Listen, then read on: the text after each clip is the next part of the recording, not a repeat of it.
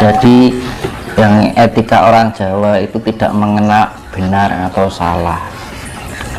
Itu. Jadi ya kalau ada orang yang melakukan salah dianggap orang yang belum mengerti, atau orang yang merugikan orang lain dianggap orang yang belum mengerti. Nah, keunikan orang Jawa seperti itu. Walaupun dihina, walaupun difitnah, dianiaya, anak naringo. Makanya orang Jawa mudah sekali untuk dijajah, ya kan? Iya. Sifatnya welcome, sama siapa saja itu welcome. Silahkan mau datang, tapi jangan sebagai tamu itu jangan mengambil alih tuan rumah. Kan yang terjadi sekarang apa? Tamu mengambil alih tuan rumah. Akhirnya tuan yang menjadi tuan rumahnya malah merasa asing di rumahnya sendiri. Itu yang terjadi sekarang, itu fakta.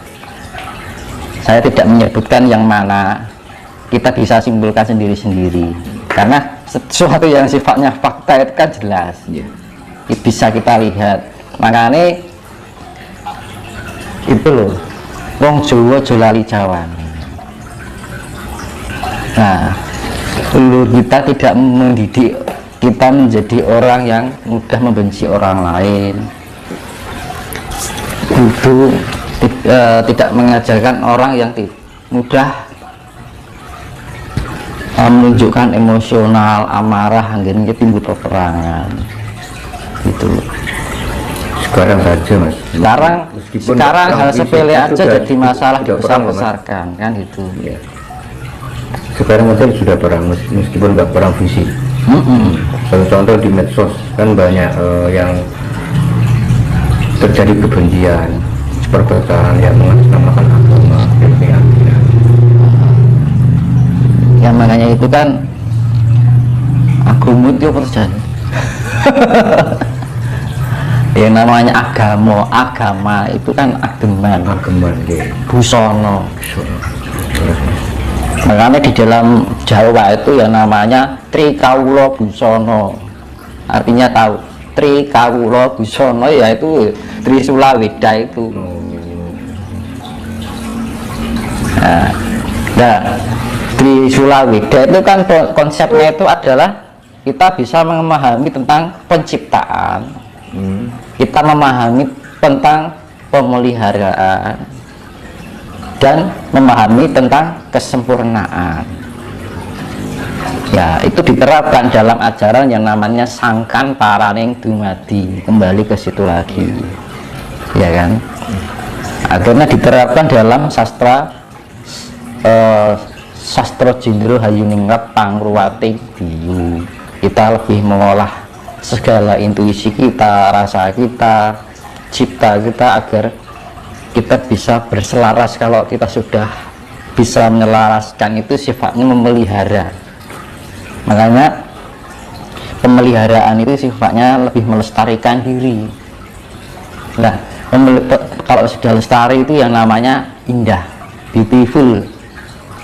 Jadi keindahan di dalam kepribadian, kan itu. Mungkin kepercayaan yang berjalan sekarang yang lagi mayoritas itu tidak mendidik seperti itu, hanya mengarah pada ini benar atau salah. Tapi kalau orang Jawa mendidiknya sesuatu yang membuat diri kita menjadi pribadi yang indah.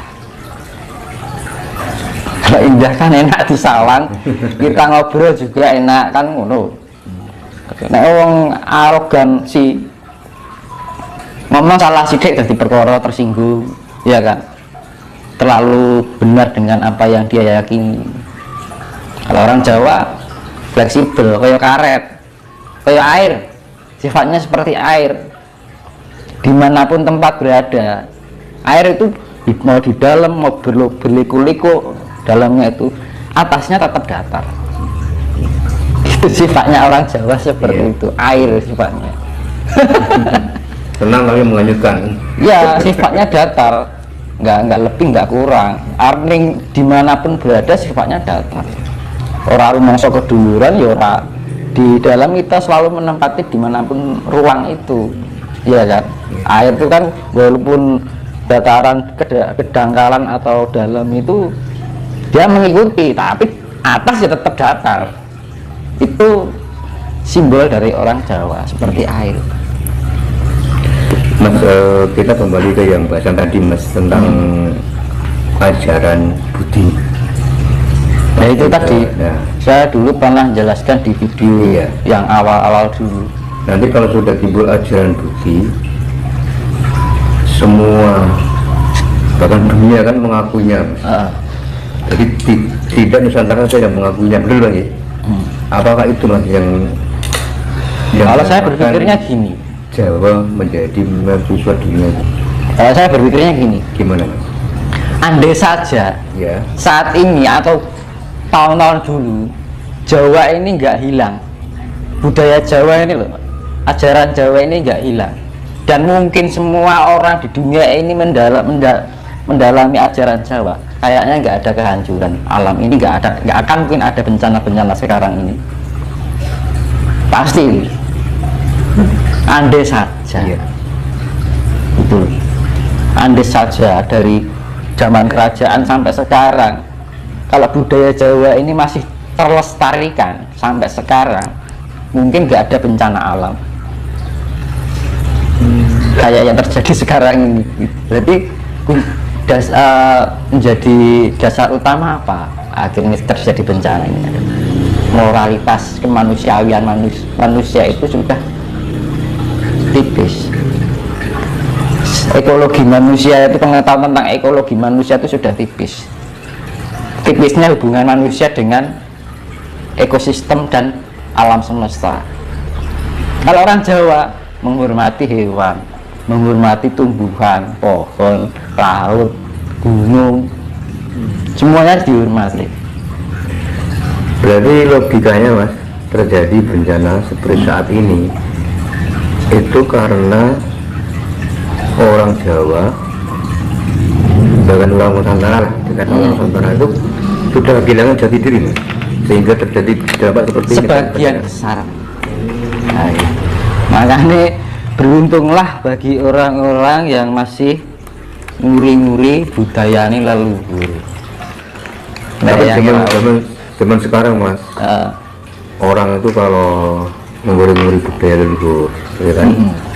Dia nggak musyrik, tetap syirik. Nah, jadi kan nyalah ke. Iya betul, salah kan. Itu bukan konsepnya atau ajaran orang Jawa. Jadi nek wong nganggep musyrik, itu dudu wong Jawa. Campuran Jawa. Ragane raga Jawa. Ngono, Mas. Ragane raga Jawa. Ning wis kelebon. Ngono. Iya ta? Wong Jawa lali Jawane, uripe saka lemah Jawa ning lali kan. Zaman sekarang banyak menyanyikan lagu cinta tanah air, omongane tok. Namun kasunyatan itu ada dalam kehidupan sehari-hari kosong.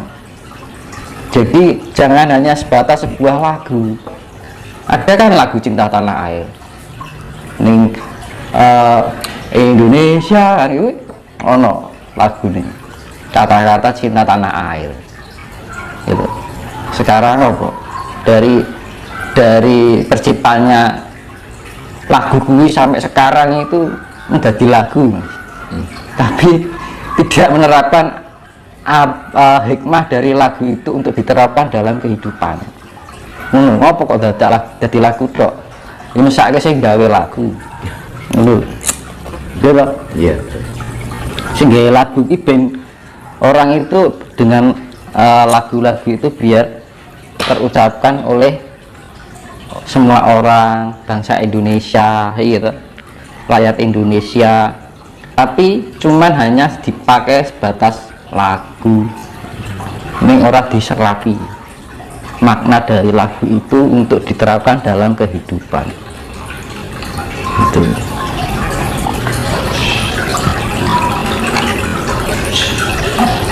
Nah, makanya Bapak Sedini nusa wis tekan janji wis genep 500 tahun Bali marang Gomo Budi.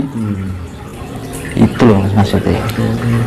Dan ajaran Budi ini akan menjadi panutan orang manusia seluruh dunia. Orang nanti akan berbondong-bondong belajar dengan orang Jawa. Luar biasa kan? Nanti kalau sudah mendalami tentang ilmu Jawa atau ajaran Jawa ini, akan tercipta di atas buana bagaikan di dalam surga,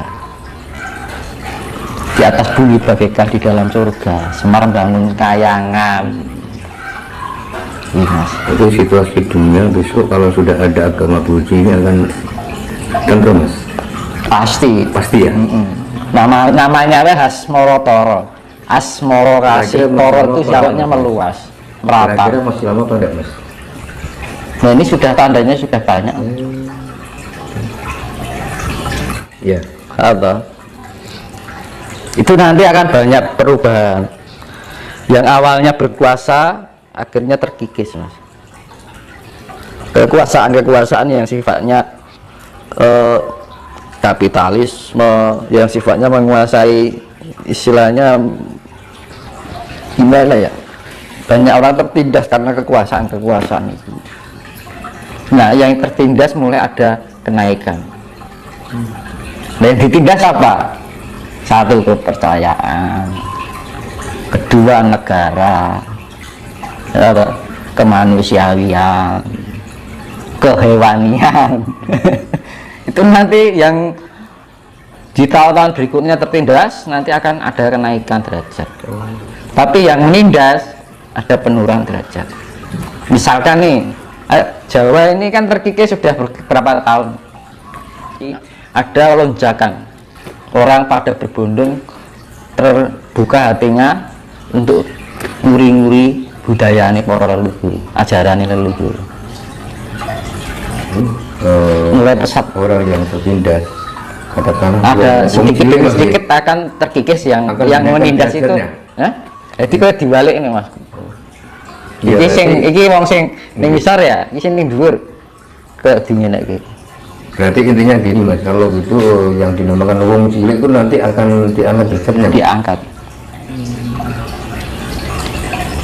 Berarti bukan kabeh wong cilik apik loh mas, tapi orang yang punya budi. Itu wong dirasa lah berarti. Kasarane ngono, tapi dirasa lah berarti kan gitu. Nah orang yang punya rasa, makanya kan dari sedini mungkin kita harus bisa mengolah cipta rasa jiwa lan raga. Agar apa? Biar kita dilayakkan di kehidupan nanti. Jangan sampai kita tidak dilayakkan oleh Tuhan, karena apa? Resikonya ngeri, alam yang akan bertindak. Jangan sekarang ini mas ya, alam yang sudah menunjukkan tanda-tanda kemurkaan mas ya. Jadi berarti alam sudah berdakwah, nyadarke menungso. Lah sing disadarke krasa